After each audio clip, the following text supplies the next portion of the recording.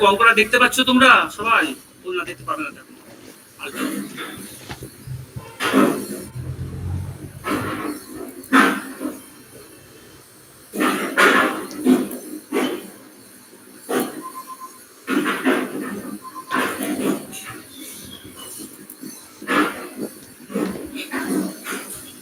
তোমরা অঙ্কটা দেখতে পাচ্ছ সবাই?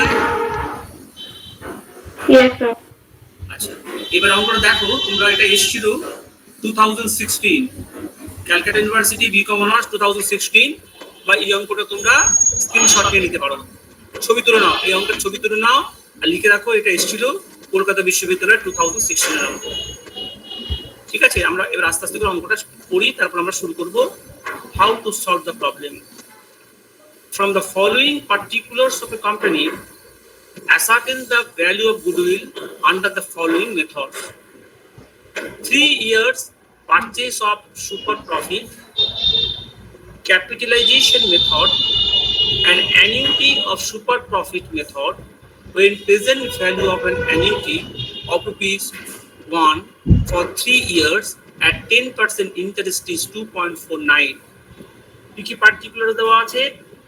অ্যাভারেজ ক্যাপিটাল এমপ্লয়েড দেওয়া আছে, net trading profit for the past 3 years দেওয়া আছে, market rate of interest on investment দেওয়া আছে, rate of risk return on capital invested in the business is also given.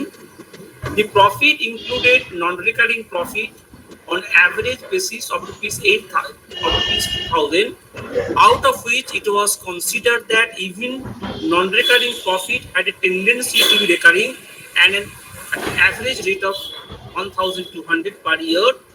Sundry assets of the company 115 lakhs and current liabilities of 60,000. Ignore taxation.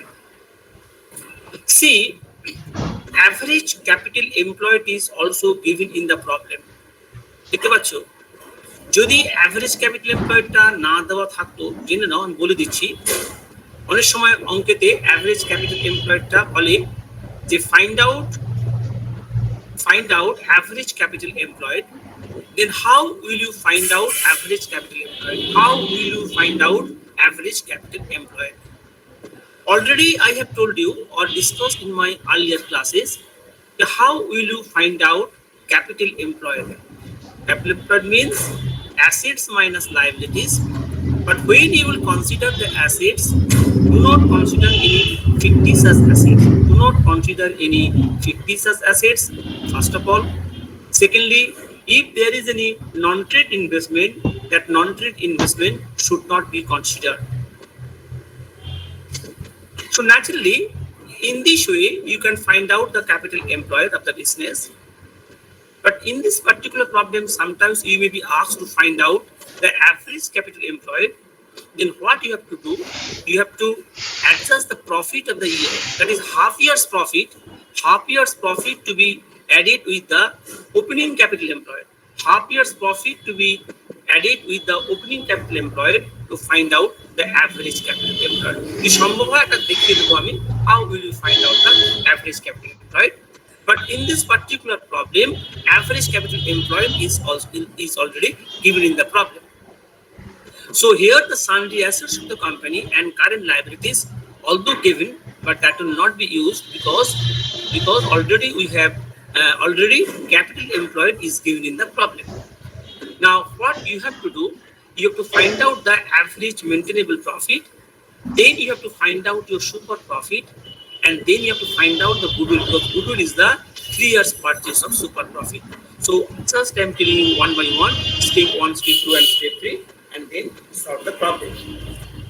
So write down valuation of goodwill, headline karo, valuation of goodwill, valuation of goodwill, valuation of goodwill. এক নম্বর লেখো, দেওয়া আছে, দেখো average capital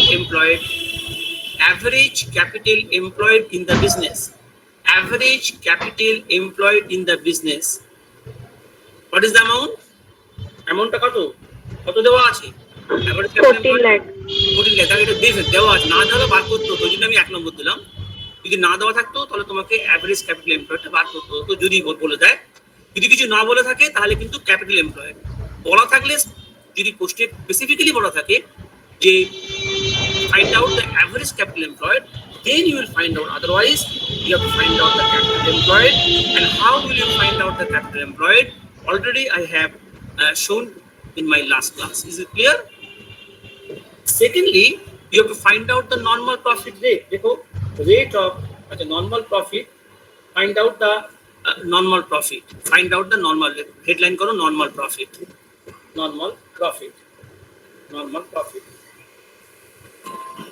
Now, normal profit মানেটা কি? বলো, how will you find out the normal profit? লিখে রাখো, formula is formula average capital employed into normal rate of return.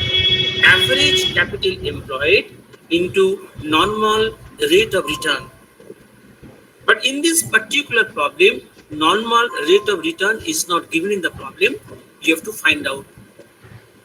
But average capital employed is given in the problem. So what is the average capital employed? Already you have told me that is, write down 14 lakhs. Average capital employed is 14 lakhs. Now tell me what will be the normal rate of return? Normal rate of return কত? Normal rate of return টা কত? কিছু দেওয়া আছে অঙ্কেতে? Given or not? দেওয়া আছে অঙ্কেতে normal return?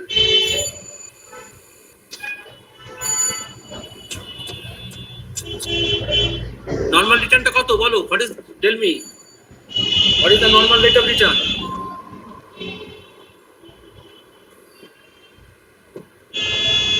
What is the normal rate of return? Tell me.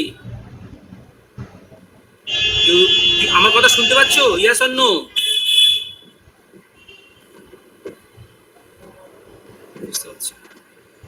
কেউ শুনতে পাচ্ছ না? শুনতে পাচ্ছ না? What is the normal rate? বলো। শুনতে পাচ্ছি স্যার। শুনতে পাচ্ছ তো চুপ করে বসে আছো কেন? চুপ করে বসে থাকা মানে কি? সব পারি চলে গেছে। আমি কিন্তু ক্লাসটাকে অফ করে দেবো এখনই। এবং সব অ্যাটেন্ডেন্স শূন্য। অ্যাটেন্ডেন্স এক্ষুনি শূন্য করে দেবো, কিন্তু আমি আওয়াজ না পাই। কিছু ছেলে মেয়ে চলে গেছে, আমি দেখতে পাচ্ছি এখানে চলে গেছে। সব অ্যাটেন্ডেন্সকে জিরো করে দেবো। আমার 1 মিনিট লাগবে জিরো করে দিতে। যেমন দিয়েছি তেমন আবার জিরো করে দেবো। বলো, what is the average normal rate of return? বলো, tell me. What is the rate of return? It is not given exactly. Given, but here market rate of interest is given. Market rate of interest on investment is given 8%. ঠিক আছে? অর্থাৎ তুমি যদি invest করো তুমি 8% পাবে, interest পাবে। আর rate of risk return on capital investment হচ্ছে 2%।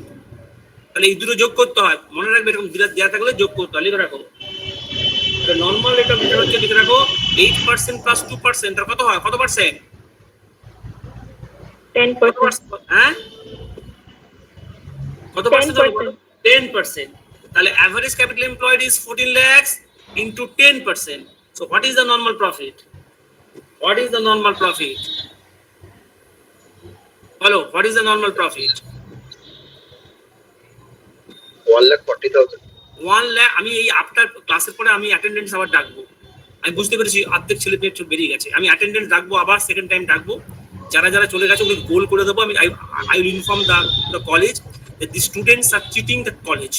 They are coming but they are leaving their class within 5 minutes. So in one way they are cheating with the teachers as well as with the college. I will inform the college.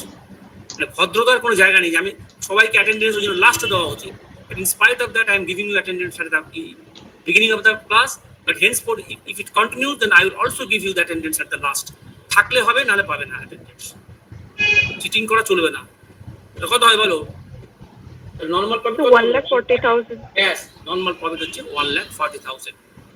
Next কি বার করতে হবে বলো? দেখো, average future maintainable operating profit after tax.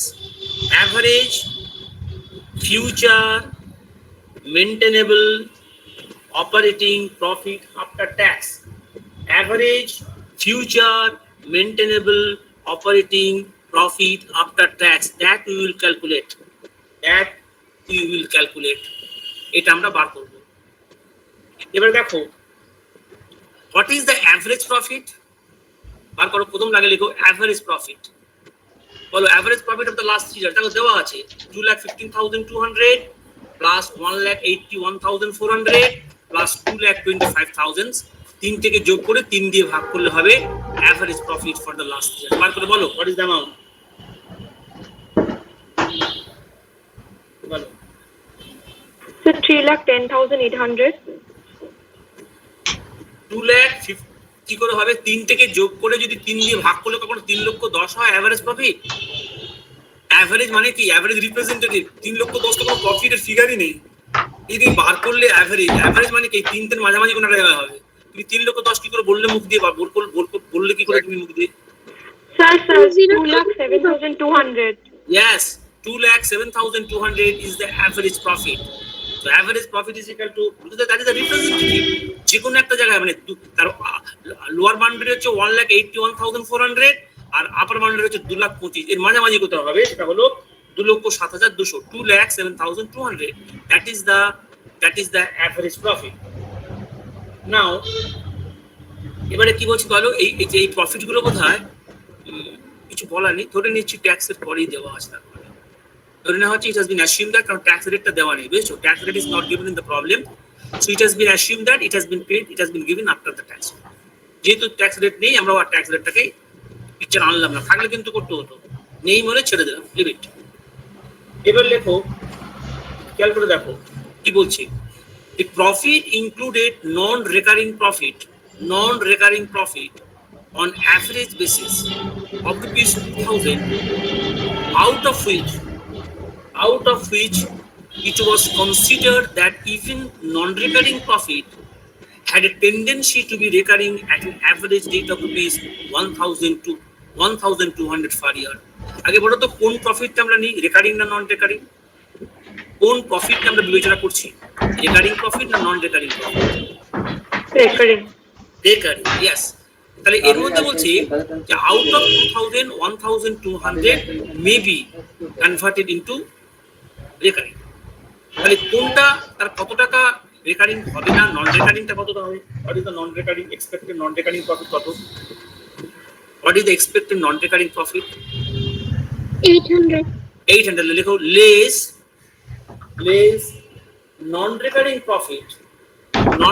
profit 2,000 minus 1,200, 2,000 minus 1,200, that is 800, that is 800, 800, 800।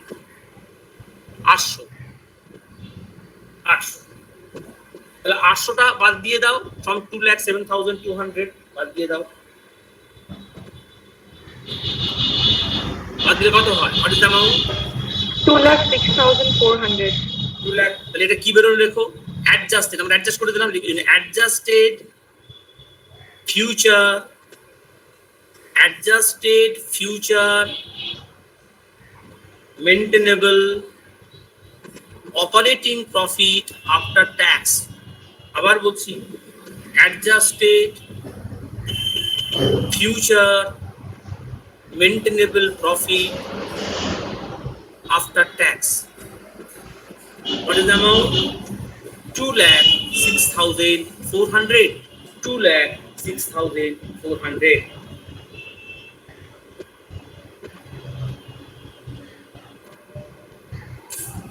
তাহলে এবারে আমরা next স্টেপে যাব। নেক্সট স্টেপটা কি বলছি বলো, সুপার প্রফিট। সো হেডলাইন করো, সুপার প্রফিট।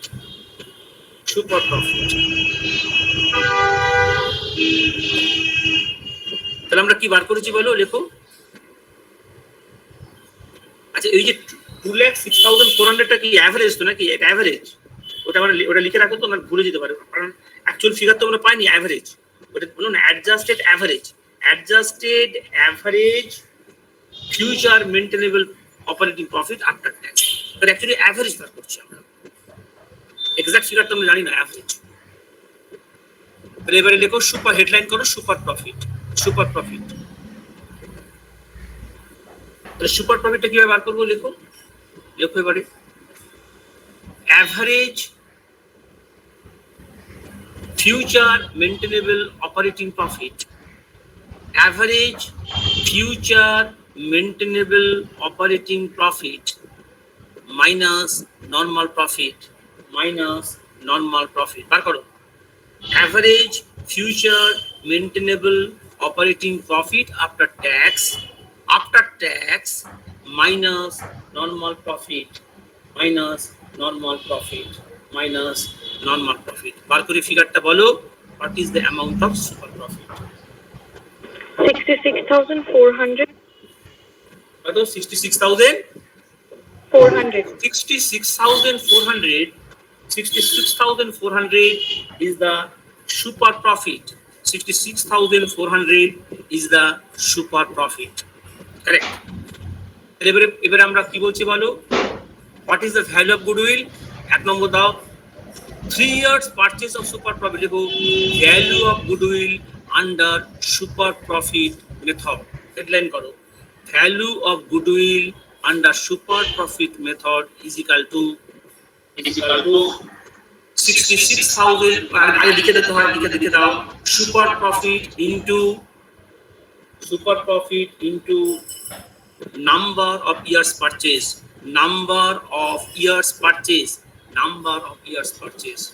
এবার সুপার প্রফিট হচ্ছে 66,400 into 3, বিকজ বলা আছে এখানে 3 years purchase of super profit. So 66,400 into 3. Then tell me what is the amount of goodwill? বলো goodwill amount কত বলো? 1,99,200. 1,99,200 is the amount of super profit. 1,99,200 is the amount of super profit. তাহলে আমাদের প্রথম মেথডটা হয়ে গেল। তারপরে বলেছি দেখো ক্যাপিটালাইজেশন মেথড, কিন্তু বলা নেই ক্যাপিটালাইজেশন অফ হুইচ প্রফিট। আমরা ধরে নিচ্ছি সুপার প্রফিট, কারণ যেহেতু সুপার প্রফিটটা আমরা বার করেছি, তাহলে এটা লিখে দাও ভালো করে, লিখে রাখো capitalisation of super profit method. এটা লিখে রাখো, নাহলে বুঝতে পারবে না। ক্যাপিটালাইজেশন, যেহেতু এখানে বলা নেই which profit is not given in the problem, so যেহেতু আমরা already have calculated super profit, সেই জন্য লিখে দিলাম capitalisation of super profit method.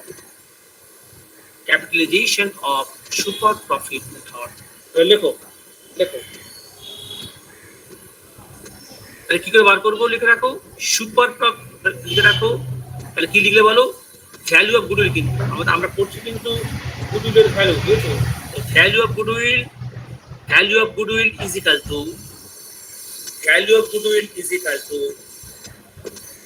Super profit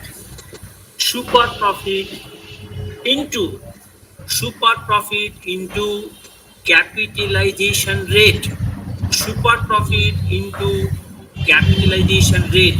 সাধারণত জেনে রাখো ওই নর্মাল রেট অফ রিটার্নটাই হয় ক্যাপিটালাইজেশন রেট, যদি কিছু বলা না থাকে। If otherwise mention, then please consider the normal rate of return is the rate of capitalisation rate. তাহলে কি করলে বলো, super profit into capitalisation rate. বলো টেল মি কত টাকা হবে বলো, what will be the value of goodwill বলো? Sir, didn't get the capitalization rate. Which one we will consider? ওই যে 10%, Sir, we will consider the normal rate of return. Normal. Okay.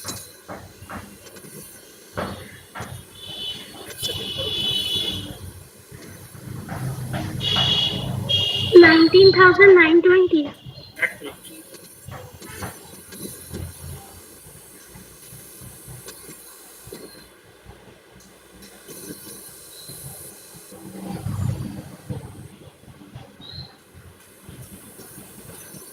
কত বলো? 19,920. না, 66,400 ডিভাইডেড বাই 10%, মানে কি জিনিসটা বোঝার চেষ্টা করো। 10% মানে কি, মানে 100 টাকা হলে হবে 110 টাকা, বুঝতে পেরেছো? 100 টাকা যদি তোমার প্রফিট হয়, the value of the goodwill will be 10%, মানে কি 10% বাড়বে তো 110 হবে। তাহলে যদি 66,400 হয়, what will be the, বলো কত হবে, কত হয় বলো? Sir, 6,64,000. হ্যাঁ, 6,64,000। 6,64,000। এখানে একটা কথা বলে দিই, মন দিয়ে শুনে রাখো, অনেক সময় তোমরা কনফিউজড হয়ে যেতে পারো। এখানে বলছি ক্যাপিটালাইজেশন মেথড, ঠিক আছে, capitalisation method of super profit, ঠিক আছে। কিন্তু অনেক সময় তোমাদেরকে দেখো, আগের অঙ্কটা যখন আমরা পড়িয়েছিলাম সেখানেও ছিল ক্যাপিটালাইজেশন রেট, সেখানে আমাদের অঙ্কটাতে কি বলা ছিল দেখো, আমি তোমাকে দেখিয়ে দিই না, তুমি বুঝতে পারো না, পরে করতে গেলে কনফিউজ হয়ে যাবে কখন কোন নিয়মটা তুমি অ্যাপ্লাই করবে। আগের অঙ্কটা আমি দেখে থাকবো, আগের অঙ্কটা তো ছিল বোধহয়,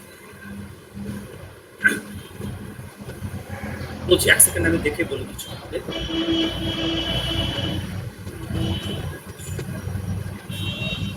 আচ্ছা, আগের অঙ্কটাতে ছিল দেখো, আগের অঙ্কতে ছিল যে capitalisation of average operating profit, বুঝতে পেরেছো? Capitalisation of average operating profit, ঠিক আছে। কিন্তু এখানে বলা হচ্ছে ক্যাপিটালাইজেশন বেতন বলে, আমি পরিষ্কার করে বললাম capitalisation of super profit. Is it clear? That is the value of goodwill. অর্থাৎ সুপার প্রফিট যদি 66,400 হয়, তাহলে 10% যদি নর্মাল রেট অফ রিটার্ন হয়, তাহলে 100 হলে 110 হবে, 66,400 হলে কত হবে? Is it clear? আমার কথা বুঝতে পারলে? Yes or no? বুঝতে পারলে? 6,64,000। কিন্তু অনেক সময়, এবারে আমি কি ডেভিয়েশনটা তফাৎটা বোঝাচ্ছি, অনেক সময় এমন হয়তো কেউ ভাবতে পারে যে ক্যাপিটালাইজেশন মেথড বলা আছে, কিছু তো বলা নেই, কিন্তু এটা যদি কেউ ধরে নেয় যে capitalisation of average operating profit, capitalisation of average operating profit বলতে ভাবতেই পারে, যদিও সেটা ভাবাটা অনেক অমূলক ভাবা, কিন্তু কেউ যদি ভাবে তখন কিন্তু অঙ্কটা পাল্টে যায় মানে কিরকম করতে হবে তখন, আগের দিনের অঙ্কের মতো, আগের দিনের অঙ্ক যেমন করেছি দেখবি এই ওই রেটটাকে আমরা অ্যাভারেজ ক্যাপিটাল এমপ্লয়েড, আমরা ক্যাপিটাল এমপ্লয়েড পার্সেন্টেজ বার করেছি, বার করে আমরা ভ্যালু অফ দ্য বিজনেস বার করেছি, এবং ভ্যালু অফ দ্য বিজনেস থেকে আমরা নেট অ্যাসেটটা বিয়োগ দিয়ে দিয়েছি, নেট অ্যাসেটটা বিয়োগ দিয়ে আমরা বার করেছি কি ভ্যালু অফ দ্য গুডউইল। কিন্তু এখানে ওই অত কঠিনে যাবে না, এখানে ক্লিয়ার, অত কথা বলার দরকার নেই, আগের দিনের মতো করতে যাবে না, আমি যেভাবে করলাম এভাবে করে দেবো। কঠিন করবে না, কঠিন করলে মুশকিল পড়ে যাবে, সহজ ভাবে, কারণ কিছু বলা নেই, মানে একদম simple. We assume that capitalization of super profit, capitalization of super profit 66,400, so value of the goodwill is 6,64,000, ঠিক আছে। তারপরে কি বলেছে বলো, annuity of super profit method, when present value of an annuity 1 for 3 years at 10% interest is 2.49, কিছুই না, আগে headline করুন, আন্ডার অ্যানিউটি অফ সুপার, এখানে অবশ্য বলাই আছে annuity of super profit method, লেখা রাখো under annuity of super profit method, under annuity of super profit method, under annuity of super profit method, value of goodwill is equal to, value of goodwill is equal to বলো super profit into annuity factors, super profit into annuity factor, super profit into annuity factor. What is the super profit? What is the super profit? 66,400. দাঁড়াও 66,400. Mic বাজছে, দাঁড়াও এক minute, mic বাজছে, বাবা রে, রাস্তা দিয়ে মাইক যাচ্ছে, দাঁড়াও ওয়েট করো।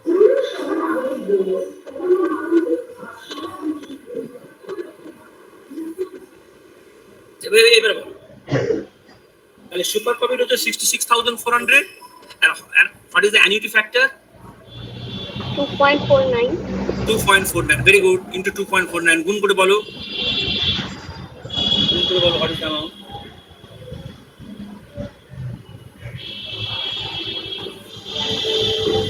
$1,65,336. 1,65,336, very good.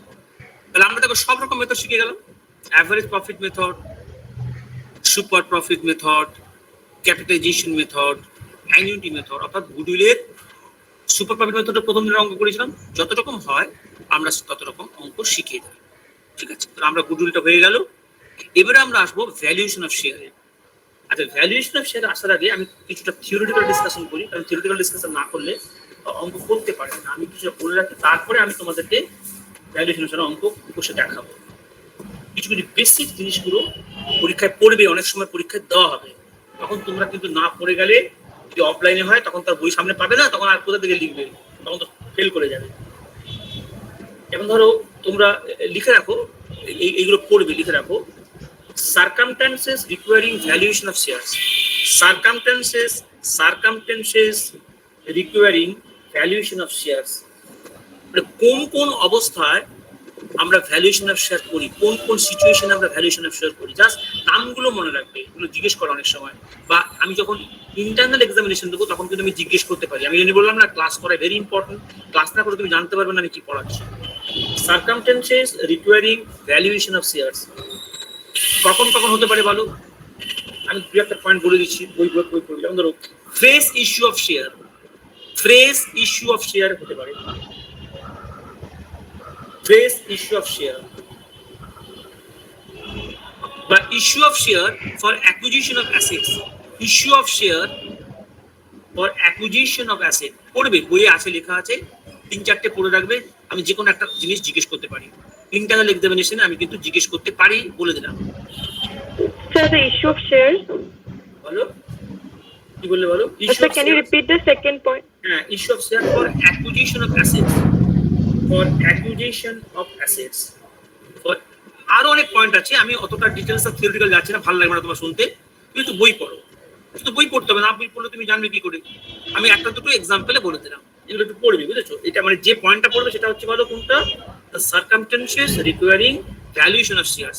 তুমি কখন কোন অবস্থায় তোমাকে শেয়ারের ভ্যালু করতে হয় এটা জানতে হবে তোমার। তারপর তোমাকে জানতে হবে, আমি লিখে নাও, সেকেন্ড পয়েন্ট লিখতে হবে, লিখে রাখো, factors affecting valuation of shares, factors affecting valuation of shares, factors affecting valuation of shares। অর্থাৎ ভ্যালুয়েশন অফ শেয়ার করতে গেলে কোন কোন ফ্যাক্টর গুলো বিবেচনা করতে হবে তোমাকে। যেমন ধরো আমি একটা এক্সাম্পল বলছি,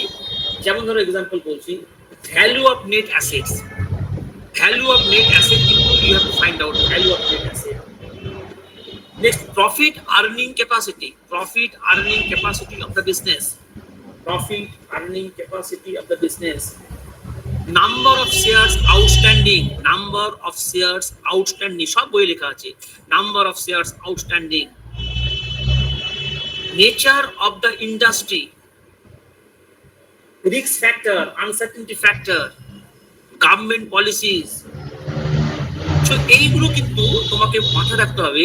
you have to keep all the factors into account while you are valuing shares, এটা দুই রকমের শেয়ার হয়, একটা equity share and the preference shares, equity shares and the preference shares। সুতরাং প্রশ্নটা কি হচ্ছে বলো, factors affecting valuation of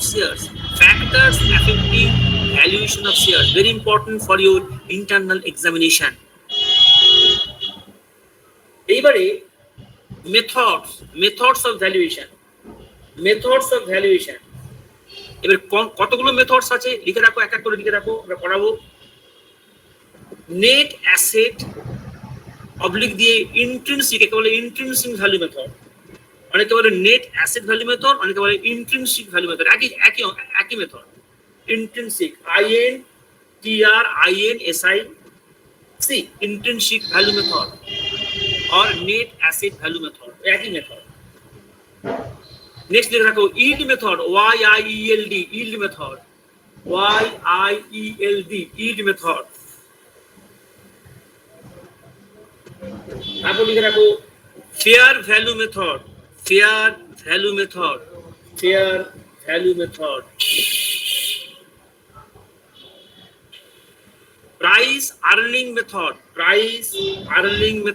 price earning method, so these are the common methods that we normally use for valuation of shares। মনে থাকবে তো? আমি জিজ্ঞেস করি যে কোন মেথডটা কি এবং কিভাবে সেই মেথডে ভাগ করতে হবে, কিন্তু করে রাখবে। আমি জিজ্ঞেস করতে পারি, বলো তো এই মেথডটা জানো কিনা, জানলে বলো তো how will you find out the value per share under the method, তখন তোমাকে কিন্তু উত্তর দিতে হবে। আমার কথা শুনতে পাচ্ছ? Yes or no? আমার Yes, কথা sir. হ্যাঁ, এগুলো না করলে কিন্তু ইন্টারনাল এক্সামিনেশনে 10 নম্বরের পরীক্ষা কিন্তু আমি নেব, এবং আমি এরকম প্রশ্ন করব, প্রশ্ন থ্রো করে দেবো কিন্তু তখন, এবং মুহূর্তে বলতে হবে, দেরি করলে হবে না, কারণ দেরি করলে মানে তুমি ইত্যাদি কথা জানবে। আমি 1 বা 2 সেকেন্ড সময় দেবো, বলতে না পারলে শুনবো, বলে দিলাম। এবারে আমরা একটা অঙ্ক আসি, এবার আমরা অঙ্কের দিকে যাব। তার আগে একটুখানি বুঝিয়ে দিই যে আমরা যখন প্রথম মেথডটার নাম কি বলেছি বলো, নেট অ্যাসেট মেথড। তাহলে নেট অ্যাসেট মেথড আমরা কি করব, আমরা কি কি কি স্টেপ দেব নেট অ্যাসেট মেথডে বলো। নেট অ্যাসেট মানে we have to calculate the net asset of the business, we have to calculate the net asset of the business, আমরা ব্যবসার নেট অ্যাসেটটা। But remember, if there is any fictitious assets, normally we do not consider the fictitious asset, আমরা asset নেব না, আমরা কোম্পানির net অ্যাসেটটা বার করব। ঠিক আছে, নেট অ্যাসেটটা বার করার পরে আমরা টোটাল নাম্বার অফ শেয়ার দিয়ে ভাগ করব, করব আমরা ভ্যালু পার শেয়ার, এটাকে বলা হয় নেট অ্যাসেট বেসিস বা intrinsic value per share. But there is a problem here, প্রবলেমটা কি না, ফার্স্ট প্রবলেম হচ্ছে if there is any uncalled shares, that means if there is any partly paid up shares, then you have to convert the partly paid up shares into fully paid up by through a notional call. The notional call means actually there is no call at all, but you have to call with a view to convert the partly paid up shares into fully paid up, and this amount has to be added with the net assets to find out what is the assets available for the equity shareholders. So this is only you have to do when there are two types of assets, fully paid up and partly paid up shares. So fully paid up shares, there is no problem, but for partly paid up shares, you have to convert the partly paid up shares into fully paid up through a notional call, and that notional call has to be added to find out the actual assets available for the equity shareholders, and then you have to divide the total number of shares, fully paid up as well as the partly paid up shares, and then you have to find out the value per share for fully paid up share, and for partly paid up share ওই যে অ্যামাউন্টটা তুমি যোগ করলে that amount has to be deducted from the value per fully paid up shares with a view to find out the value per share of partly paid up share. অঙ্ক করলে বুঝে যাবে, অঙ্ক যখন করাবো তখন দেখি ভালো করে বুঝিয়ে দেবো। আমার কথাগুলো বুঝতে পারলে, এগুলো কিন্তু না পড়লে কিন্তু অঙ্ক করতে পারবে না, বুঝতে পেরেছো? Yes or no? হ্যাঁ, আমরা পরের দিন ভ্যালুয়েশন অফ শেয়ার অঙ্ক করা শুরু করব। ভ্যালুয়েশন অফ শেয়ারের আমরা প্রথম যেটা করেছিলাম ওটা কিন্তু দেখলাম ওটা ওইভাবে করা যাবে না, তোমাকে বোঝাতে হবে আগে। আমি মোটামুটি ভাবে 2 দিন বা 3 দিনে করে আমরা ভ্যালুয়েশন অফ শেয়ার গুছিয়ে দেবো, তারপর আমরা অন্য চ্যাপ্টারে চলে যাবো। পুজোর আগে আমরা ভ্যালুয়েশন অফ শেয়ার নিয়ে থাকবো, আফটার পুজো আমরা একটা চ্যাপ্টার আছে, সেই চ্যাপ্টারটা কমপ্লিট করে দেবো। ফাইনাল অ্যাকাউন্ট তোমরা সবাই জানো, কোনো অসুবিধা হবে না, ঠিক আছে? আর তোমরা কিছু জিজ্ঞেস করার থাকলে জিজ্ঞেস করে নাও, কিছু জিজ্ঞেস করার থাকলে জিজ্ঞেস করে নাও।